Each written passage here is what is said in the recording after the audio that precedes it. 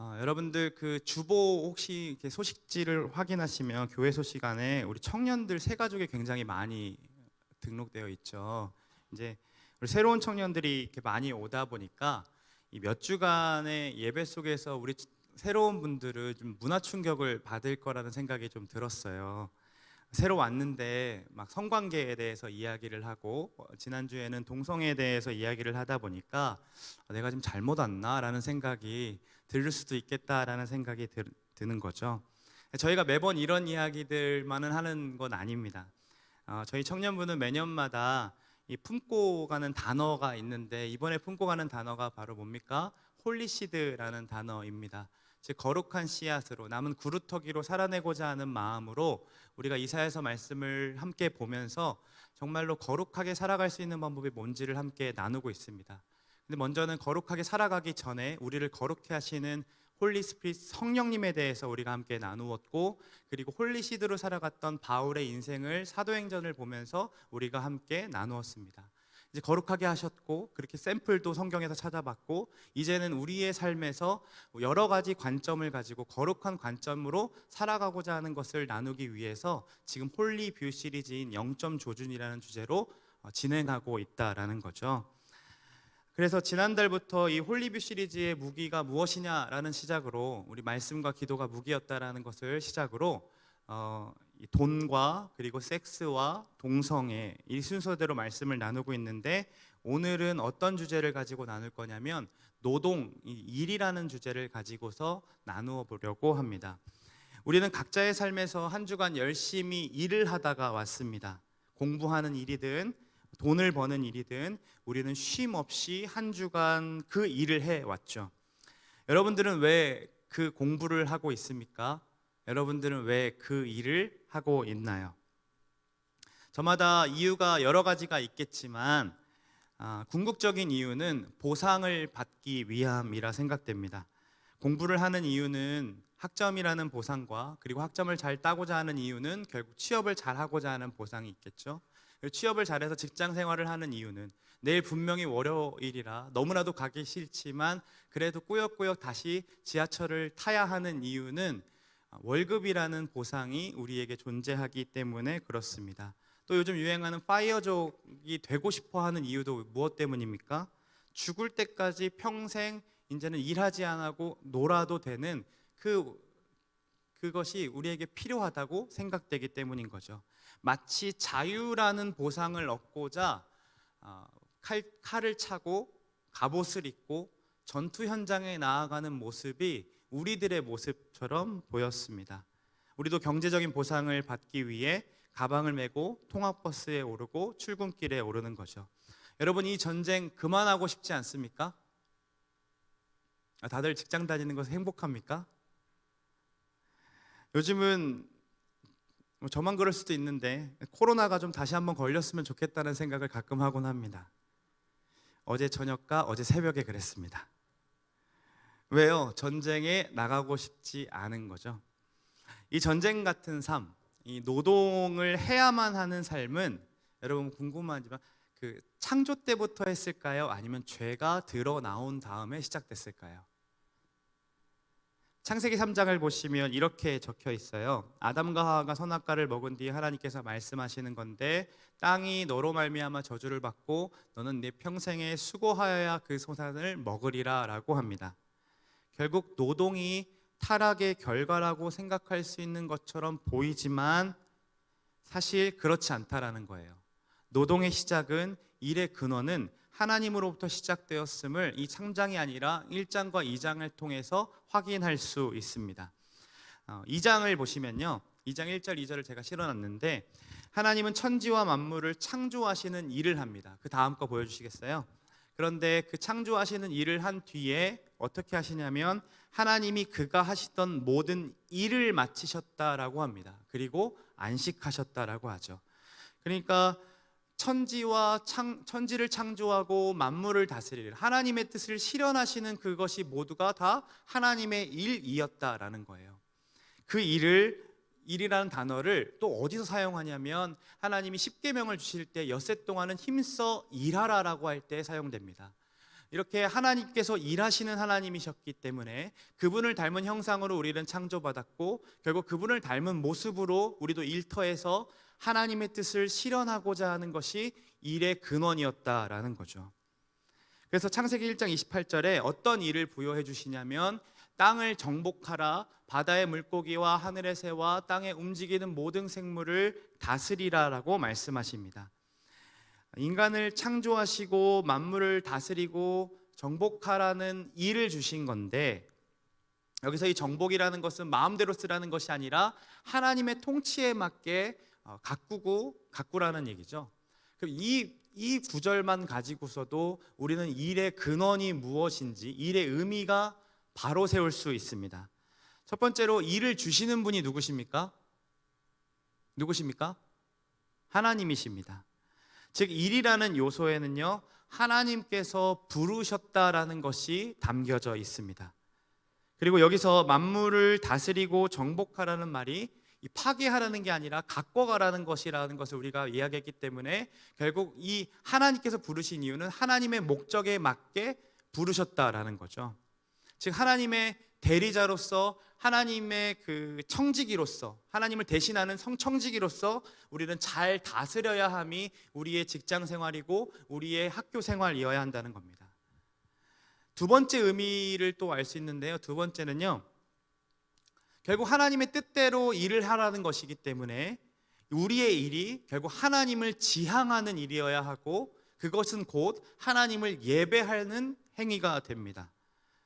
그러니까 결국에는 우리의 일은 하나님을 예배하는 것이고, 그래서 삶이 예배라고 찬양한 거죠. 세 번째 의미가 또 담겨져 있는데요, 어떤 의미가 있냐면, 사람이 하나님의 뜻대로 만물을 다스릴 때 얻게 되는 결과를 좀 생각해 보면 돼요. 물론 일을 하는 사람들을 우리가 일을 해볼 때 자기 스스로의 성취감도 있지만, 사실은 그보다 더 좋은 유익이 있다면 하나님의 뜻대로 함께 통치하는 것이기 때문에 함께 살아가는 이웃들에게 유익을 끼치게 됩니다. 우리의 일들은 결국, 그래서 일은 이웃을 지향하고 공동체를 위할 수밖에 없습니다. 하나님께서 우리에게 일을 주신 이유는 당신의 뜻을 실현하면서 예배하는 예배자로 불러주신 것이고, 더 나아가서 단순히 돈을 벌기 위함이 아니라 인류 공동체, 이 세상에서 사람들을 섬기는 자들로 우리를 불러주셨다라는 겁니다. 여러분들을 그 학교와 직장으로 부르신 분이 누구십니까? 여러분들을 너무나도 잘 아시고 그 하시는 일에 실수가 없으시며 선하신 하나님께서 여러분들을 그 직장으로, 여러분들을 그 학교로, 여러분들을 그 공부를 하는 그 자리로 불러주셨습니다. 여러분, 그럼 왜 부르셨습니까? 하나님이 돈을 많이 벌어서 하나님 앞에 영광을 올려드리는 것, 헌금을 많이 내서 교회를 건축하는 것, 그러한 일들로 여러분들을 부르신 것이 아니라는 거죠.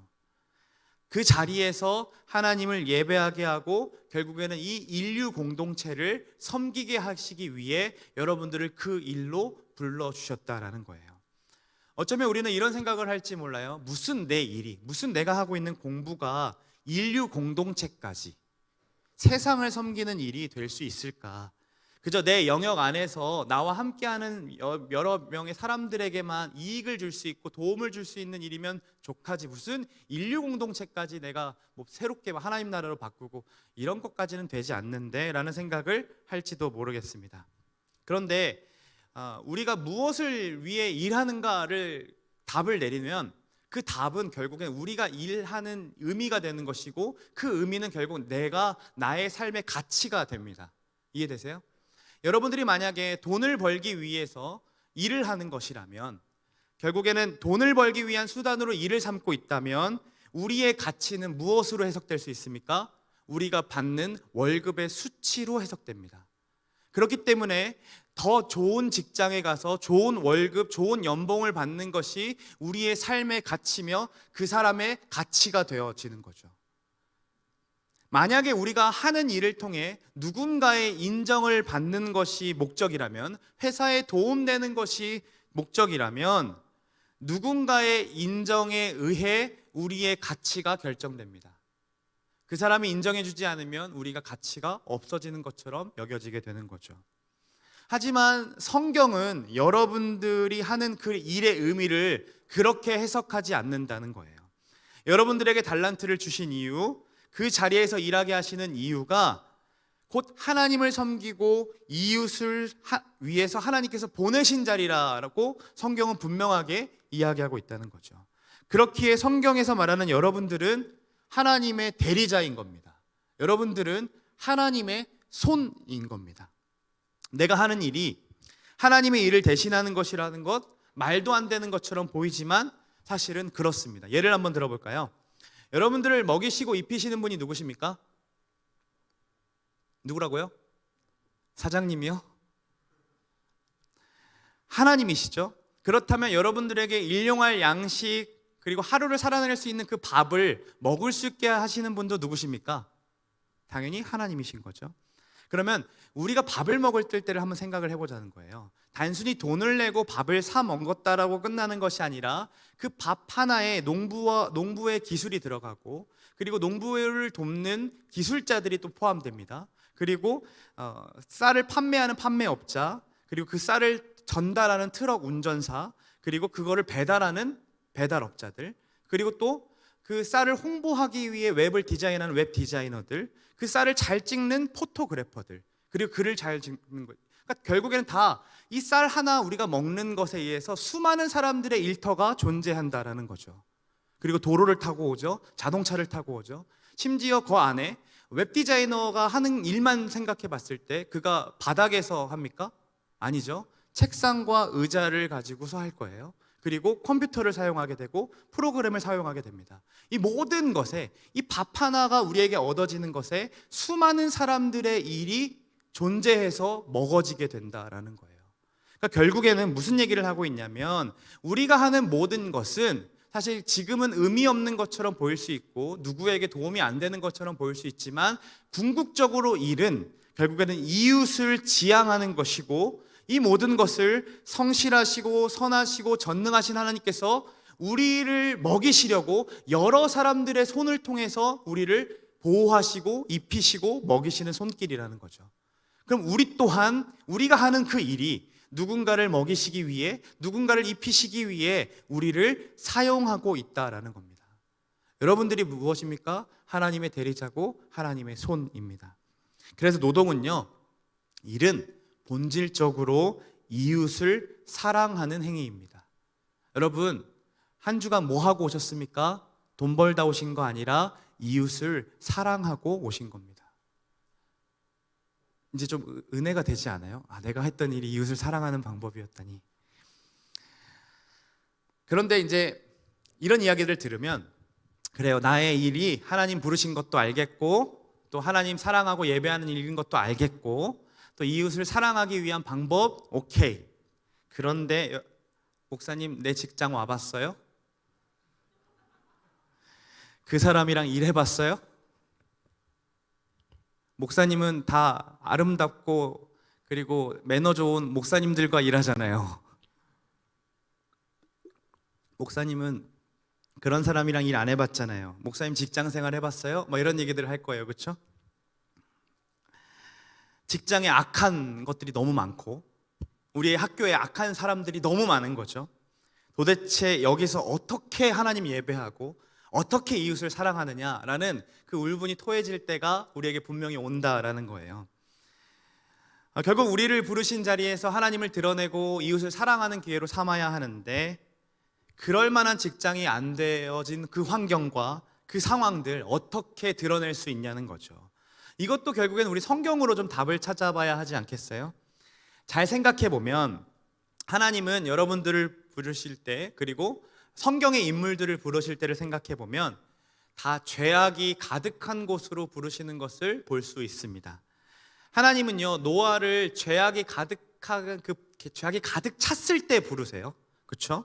아브라함은요, 우상이 가득한 갈대아 우르에서 부르십니다. 심지어 가나안 땅으로 가라고 해서 가나안 땅 갔는데 그 땅에 기근이 찾아와 가지고 거기서 살 수가 없는 곳으로 불러주셨어요. 그러나 반면에 그럼에도 불구하고 노아와 아브라함은 하나님을 따라 의를 행했지만, 반면에 소돔과 고모라를 선택했던 그 롯은 의인 10명이 없어서 함께 멸망하는 것을 보게 됩니다.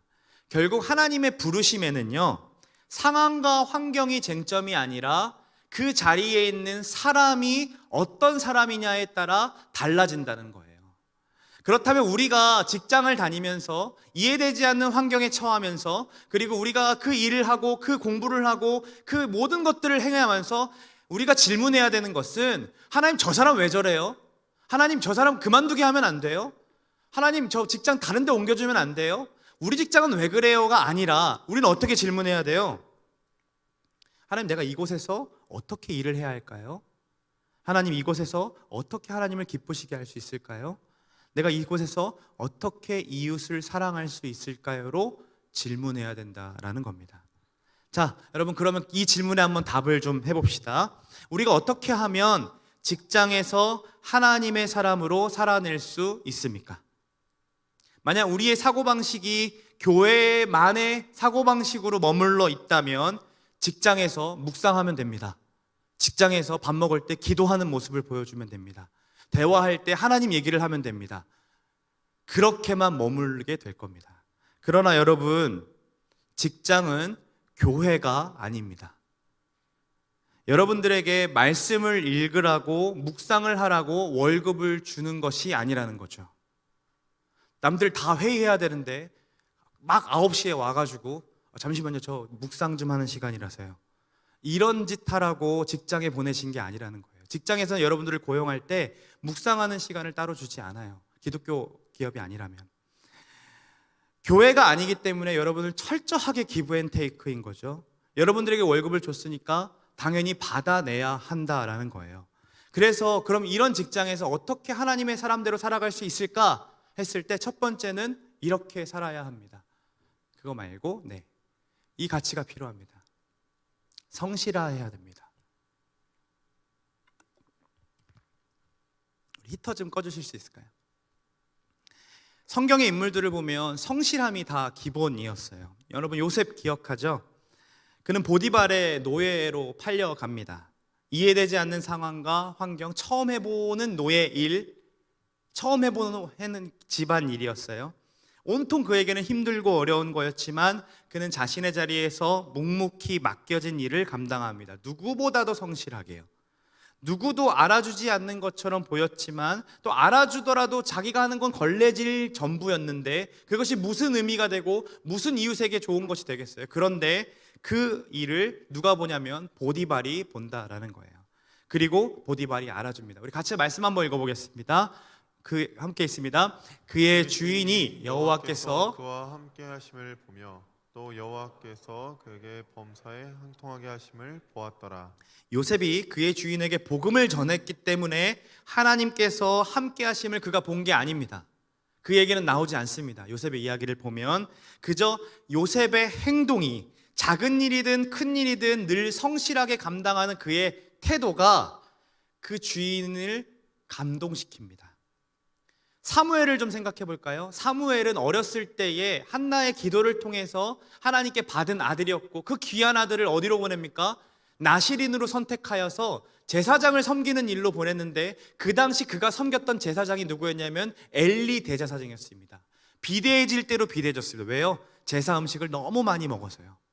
그리고 움직이지를 않아서 의자에 위에 계속 앉아만 있는 그 무지한 엘리였습니다. 그의 아들들은 어땠습니까? 헌금 삥땅 치고요, 성적인 범죄를 범했던 사람들이었습니다. 그런 목사들 밑으로 보낸 거예요. 여러분, 그 자리에 어떻게 살아갈 수 있겠습니까? 그런데 어린 사무엘이 할 수 있는 일은 엘리가 움직일 수 없기 때문에 물 가져와라, 저것 떠와라, 이 정도의 일이었을 겁니다. 성경책 좀 가져와, 이 정도의 일이었을 거라고요.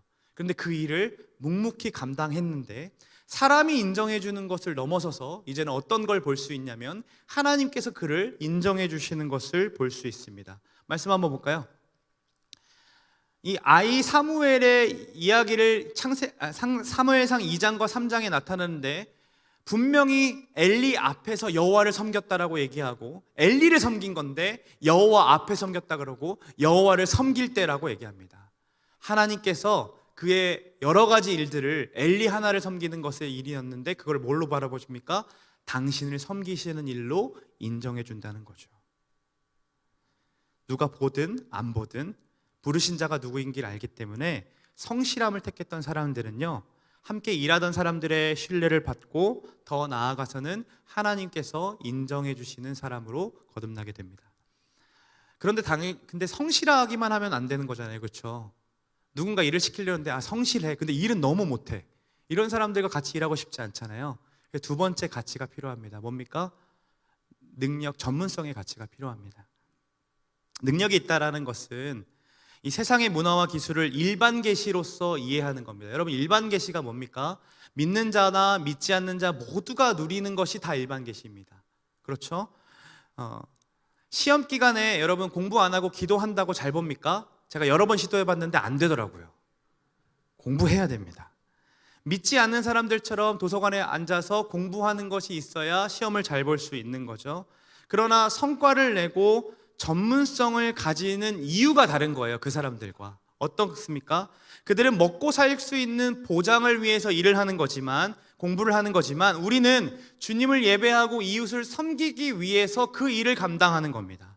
그래서 남들보다 더 성실하고 더 뛰어나게 업무를 처리할 수 있는 전문성을 길러야 된다는 거예요.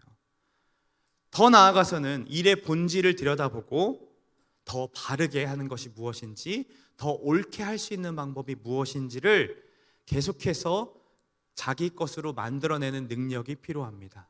3년을 일했는데, 5년을 일했는데 그냥 나 얼마 벌었어만 남는다면 여러분들 그거는 어느 것도 도움이 되지 못합니다. 여러분들의 일 자리에서 성실함은 물론이거니와 여러분의 전문성을 키워나가야 됩니다. 요셉이 감옥에 갔을 때 술 맡은 관원장과 떡 맡은 관원장이 꿈을 꿔서 꿈을 해석하는 장면이 나옵니다. 그렇죠? 그래서 꿈을 해석한 뒤에 어느 날 이제 그 바로에게도 불려가 가지고 다시 바로의 꿈을 해석해 주기 시작하는데, 바로의 꿈을 해석해 줄 때 앞으로 풍년이 7년이 올 것이고 흉년이 7년이 올 것입니다라고 해석하는 것으로 요셉은 불려갔습니다. 그러면 요셉이 할 수 있는 일은 꿈을 해석하고 돌아오면 끝인 거예요. 그런데 요셉이 어떻게 얘기합니까? 이렇게 얘기합니다. 오히려 대안을 마련해 줘요. 그리고 이 7회의 흉년을 대비하시면 이렇게 풍년이 왔을 때에 5분의 1을 쌓아두고 그 다음에 흉년을 대비하시면 됩니다라고 하면서 바로 앞에서 자기의 업무가 아님에도 불구하고 담대하게 그 일을 대안을 제시한다는 거예요. 노예였던 사람이, 지금 범죄자였던 사람이 그 큰 바로 앞에서 그 일을 제안할 수 있는 사람이 누가 있겠습니까? 그런데 그 지혜는 어디서 왔습니까? 꿈을 해석하는 것은 하나님께서 주셨지만 그 대안을 마련할 수 있는 지혜는 그가 보디발의 집에 있을 때에 모든 재물을 감당했던 그것으로 실력을 키웠고, 그리고 감옥에서도 성실하게 일해서 간수장에게 은혜를 받아 모든 것을 다 맡겼을 때 그것들을 통해서 그가 달란트를 개발하고 전문성을 갖췄습니다. 그래서 바로가 애굽의 총리를 맡겼을 때에도 감당할 수 있는 실력이 그에게 있었다는 거죠. 결국에는 성실함과 전문성이 이렇게 하나님의 사람으로 기회를 만들어 간다라는 거예요. 자, 그런데 이 성실함과 전문성을 생각해 보면 믿지 않는 사람들에게도 다 있는 거잖아요. 그들도 누구보다 열심히 성실하게 일하고 우리보다 훨씬 더 전문성을 갖춰서 일하는 것을 많이 본다라는 거죠. 그럼 그들과 우리가 달라진 게 하나 있어야 한다면 그게 무엇이냐라고 하는 거죠. 세 번째 가치가 진짜 중요한데요, 바로 이 가치입니다. 같이 한번 읽어볼까요? 시작. 진리의 가치. 결국 진리의 목숨을 거는 삶이 필요하다는 거예요. 우리 모두는요, 세상의 사람들도 진리의 목숨을 걸며 살아갑니다. 그게 진짜 길이야 라고 생각하는 것에 투자하고 목숨을 걸고 시간을 투자하고 에너지를 투자합니다. 돈이 진리인 사람들은 어떻게든 돈을 많이 벌고자 공부하고 노력해서 그것을 따라 쫓아갑니다. 왜요? 돈이 나에게 행복을 줄 수 있을 거라고 생각하기 때문인 거죠.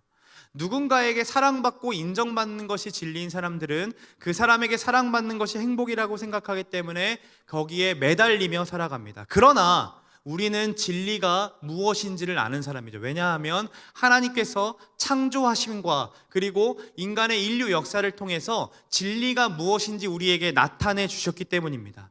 그러나 우리가 너무나도 유한하고 또 우리의 상황과 환경에 매여져 있기 때문에 그 크신 진리를 우리가 발견하지를 못하는 거예요.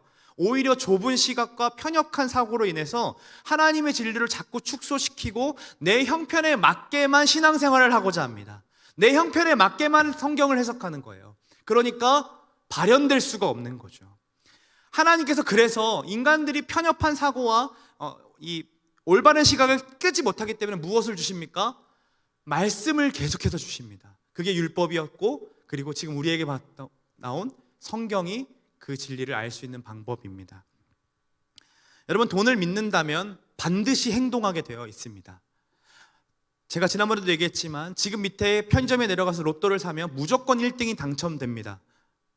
그럼 여러분 안 갈 겁니까? 반드시 가게 됩니다. 반드시 갈 거예요. 만약에 진리가 정말로 성경 말씀이면 우리가 믿는 자들이라면 우리는 분명히 그 말씀대로 행동하는 삶을 따를 수밖에 없습니다. 당연히 우리의 삶에서 진리를 들고 씨름하고 싶어 한다라는 거죠. 그 진리를 추구하고 목숨을 건다라는 것은 이 세상 사람들도 다 진리를 쫓고 있는데 그 방향성이 잘못됐다라는 것을 먼저 스스로 인식하고 그들이 분명히 어그러짐을 경험하게 될 거거든요. 그때의 그 진리가 잘못됐음을 해석해주고, 요셉처럼 해석해주고 진짜 진리를 제시하는 것까지 가는 것이 바로 진리에 목숨을 거는 삶입니다. 물론 그렇게 진리를 전하는 것, 그들의 말과 그들의 언어로서 진리를 전하는 것이 그들에게는 미련해 보이기 때문에 굉장히 핍박을 받을 때도 있고 고난을 받을 때도 있습니다. 그러나 굽히지 않는 거죠. 왜요? 이게 진짜 진리니까요. 학문은 받아들이지만 진리의 문제 앞에서는 왕의 명령을 거역하고 매일같이 창문을 열고 기도했던 다니엘처럼 자신이 왕후가 된 것이 자신의 목숨을 건지기 위함만이 아니라 이스라엘 전체의 목숨을 건지기 위함임을 알고 죽으면 죽으리라라고 선포하며 왕에게 나아갔던 에스더처럼 무엇이 진짜이고 무엇이 진리인지 아는 삶은 그렇게 행동할 수밖에 없다라는 거예요. 여러분, 그리스도인이 어떤 삶입니까? 성경에 이렇게 설명하고 있어요. 우리는요, 거류민과 나그네들입니다. 우리의 시민권은 하늘에 있고요, 그 무엇도 우리를 그리스도의 사랑에서 끊을 수 없다라고 얘기합니다.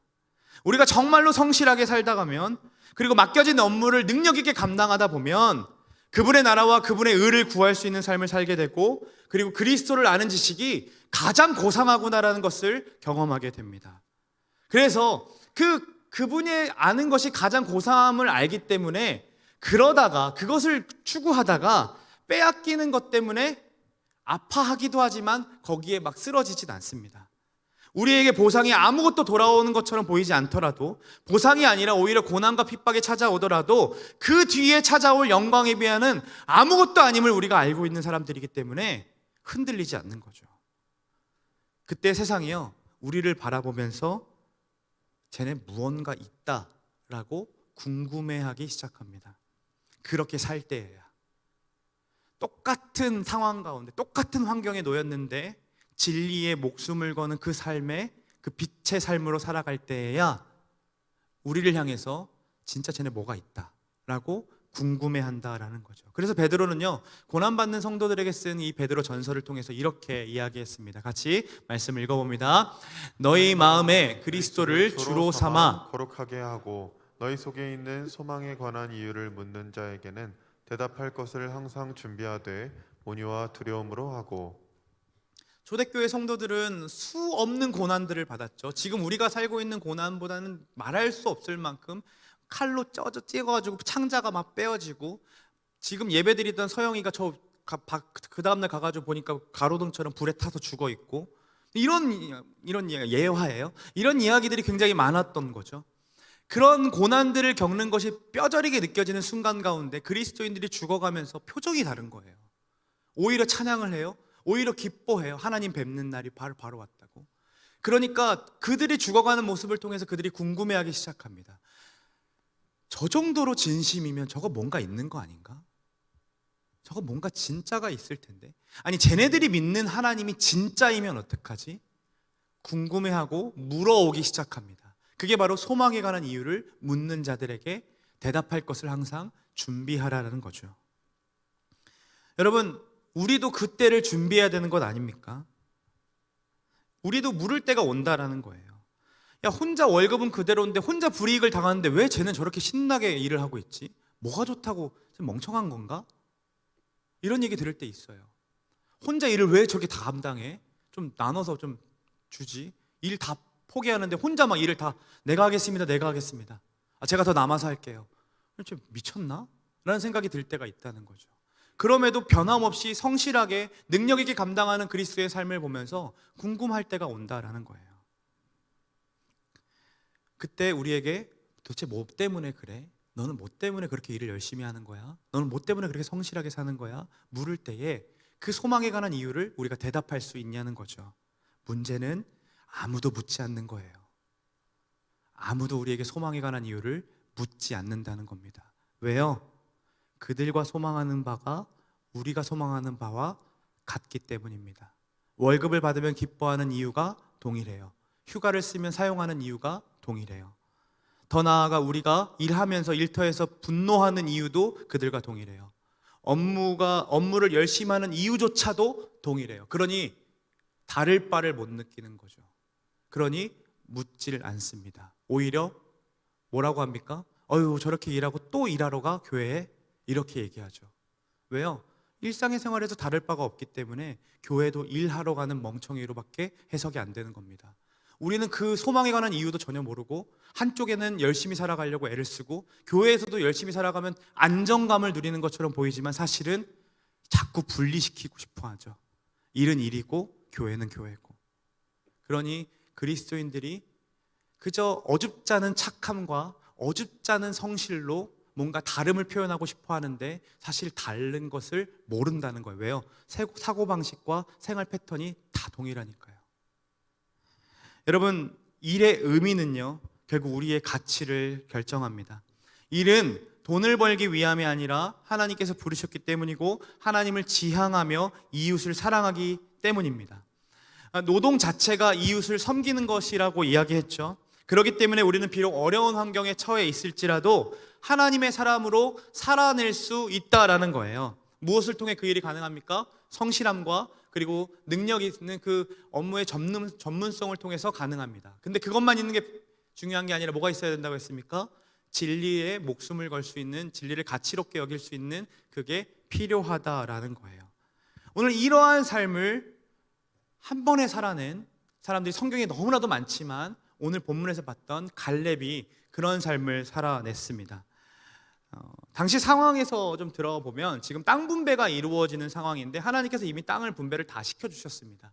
그러니까 여러분들이 지금 마을마다 땅을 다 얻었다라고 생각해 보세요. 누구에게는 분당 땅을 줬고 누구에게는 단대오거리 땅만 줬어요. 누구에게는 은행동을 줬어요. 이렇게 지금 했는데 이 자리에서 어떤 마음이 들까요? 나도 저기 땅이 더 좋아 보이는데 쟤는 왜 분당 땅 같지? 나는 단대오거리인데? 이렇게 여러 가지 생활 상황이 넌 더 갖고 싶고 내가 그동안 전쟁했을 때 우리 지파의 활약은 못 봤나? 하나님 좀 너무하시는데? 라는 생각이 들 때도 있을 거라고 생각이 들어요.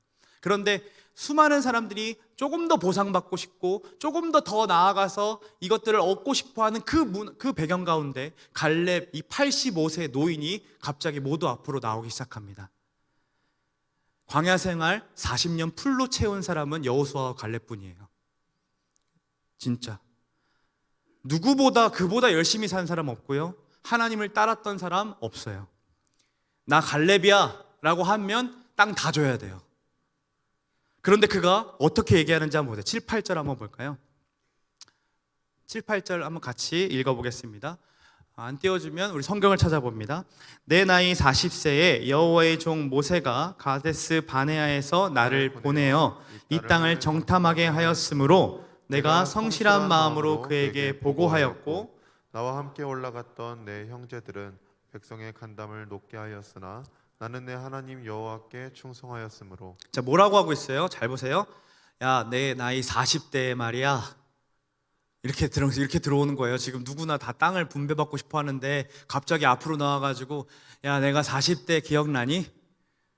이 지금 난리가 난 거죠. 뭐야, 저 또 뭘 얘기하려고 그래. 85세 노인이 와가지고 그러면서 뭐라고 합니까? 내가 니네들 아버지랑 정탐했을 때 얼마나 성실했는 줄 알아? 나 하나님께 완전히 충성했던 거 알고 있지?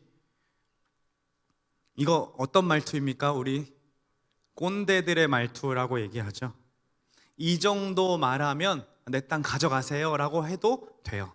그렇게 할 수밖에 없어요. 도대체 저 사람 얼마를 가져가려고, 이미 받은 것 같은데 도대체 얼마를 얻고 싶어서 저렇게까지 자기 어필을 할까 라고 생각하는 그때에 갈렙이 모두 앞에서 11절과 같이 이야기합니다.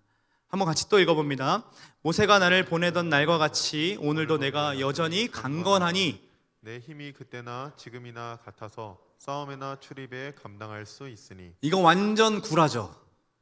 40대나 85세 때나 여전히 힘이 세다고 합니다. 이런 거짓말이 어디 있어요. 그런데 저 강건하다라는 말은 그 힘, 어떤 그런 물리적인 힘뿐만 아니라 그 패기와 그 동일한 에너지가 그 안에 있었다라는 거예요.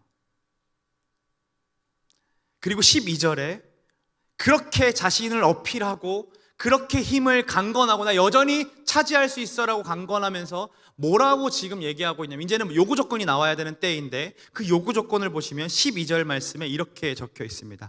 같이 한번 읽어봅니다. 그날에 여호와께서 말씀하신 이 산지를 지금 내게 주소서. 당신도 그날에 들으셨거니와 그곳에는 아낙 사람이 있고 그 성읍들은 크고 견고할지라도 여호와께서 나와 함께 하시면 내가 여호와께서 말씀하신 대로 그들을 쫓아내리이다 하니. 우리가 잘 아는 것처럼 이 산지를 내게 달라고 요구하는데 그 산지가 어떤 동네입니까? 아낙 사람이 있고 크고 견고한 동네입니다. 아낙 사람은 40년 전에 이스라엘 백성 12명이 정탐하고 갔다가 거인과 같은 사람들을 보고 자신들을 메뚜기라고 여기면서 그 땅을 악평했던 그 이유가 바로 저 아낙 사람들 때문이었어요. 40년이 지나와서 죽었어야 됐는데 여전히 그 민족이 남아있는 거예요. 그 땅을 달래요. 크고 견고한 땅을 달래요. 누구도 그 먼저 싸우고 싶어 하지 않고 그렇게 힘든 싸움하고 싶어 하지 않는 그때에, 모두가 보상을 바라고 있는 그때에 갈렙이 뭐라고 하냐면 저 크고 성읍 내가 하겠어, 내가 갈래 라고 얘기하는 거죠. 갈렙 정도의 나이면, 갈렙 정도의 신앙이면 이제는 쉬어도 돼요. 은퇴해도 돼요. 쉬어도 아무도 뭐라 할 사람 없어요. 그런데 그가 뭐라고 얘기해요? 그 땅을 요구합니다. 왜요? 그 산지가 굉장히 비옥했던 땅이기 때문일까요? 그 후대에 더 많은 것들을 물려주기 위해서 지금 십자가 지겠다라는 걸까요? 아니에요. 그 이유가 저 노란색 글씨에 나와요. 이 산지를 지금 내게 달라고 얘기해요. 그 땅을 후손에게 물려주기 위해서가 아니라 지금 내 싸움이기 때문에 싸워야 된다는 거예요. 지금 내가 해야 되는 일이기 때문에 이 땅을 내게 달라고 얘기하는 거죠.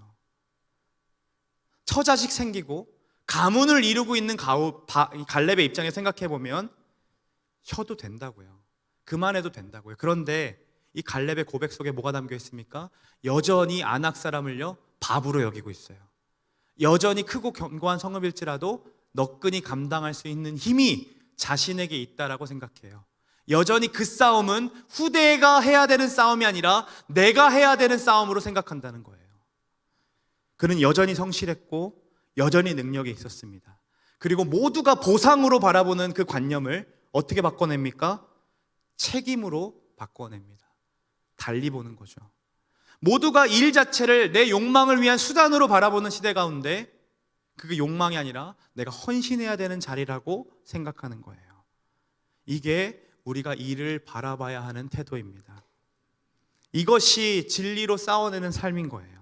모두가 보상을 쫓아가요. 모두가 다 쉬고 싶어 한다고요. 모두가 욕망을 실현하고 싶어 해요. 돈 주는 만큼만 일하는 게 세상이잖아요.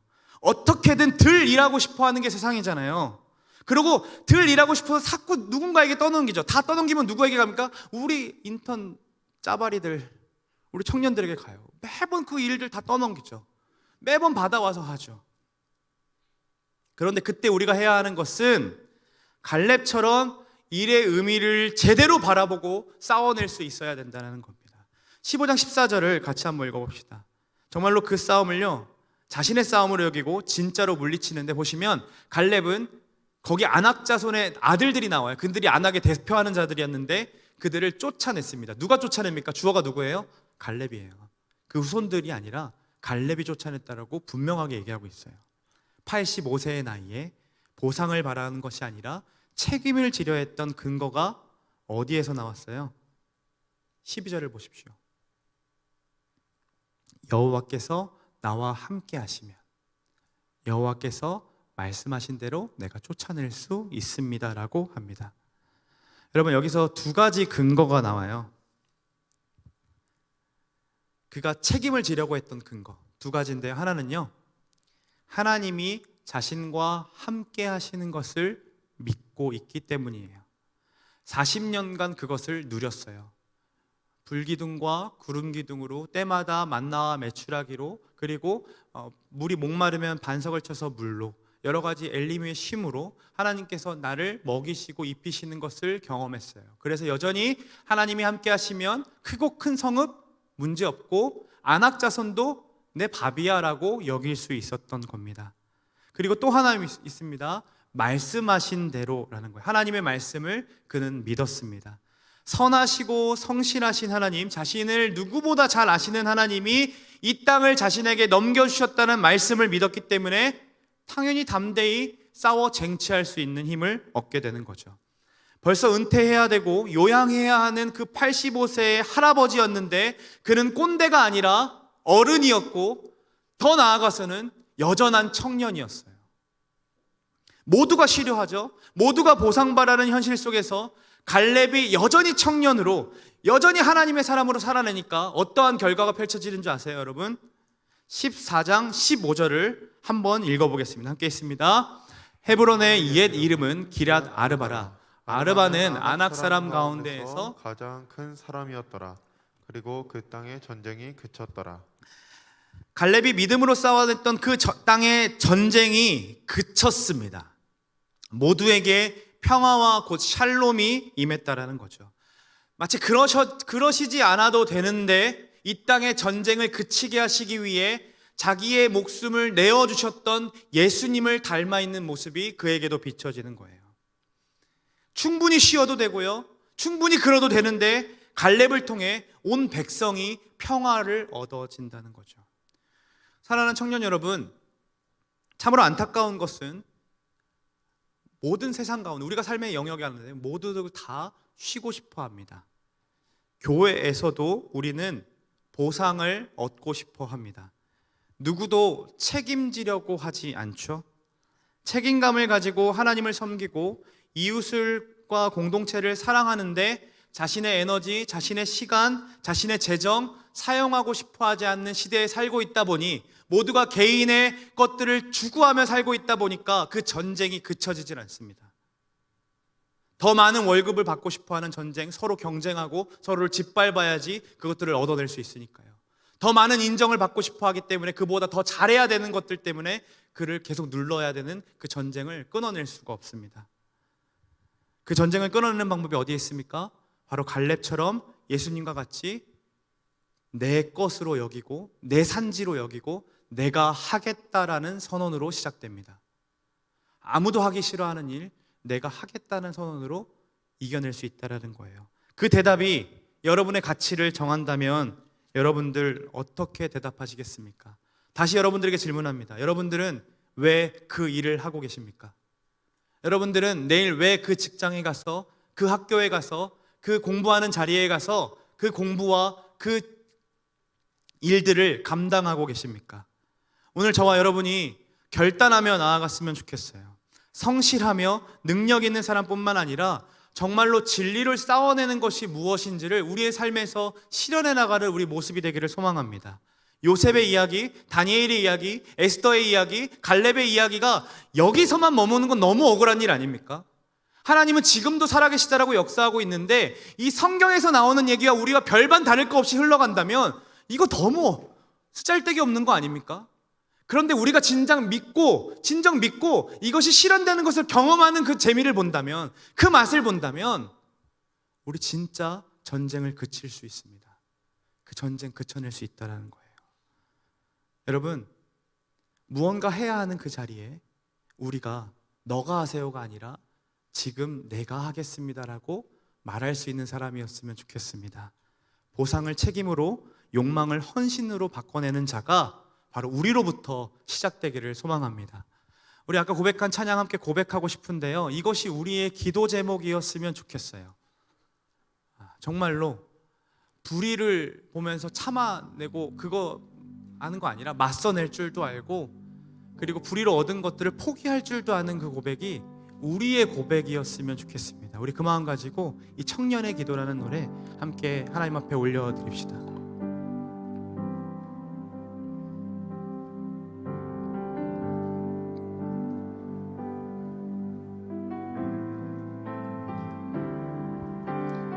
함께 고백합니다. 내게 주신 모든 것, 내게 주신 모든 것 주께 감사드리며, 많은 재물보다 더 복음을 선택하고,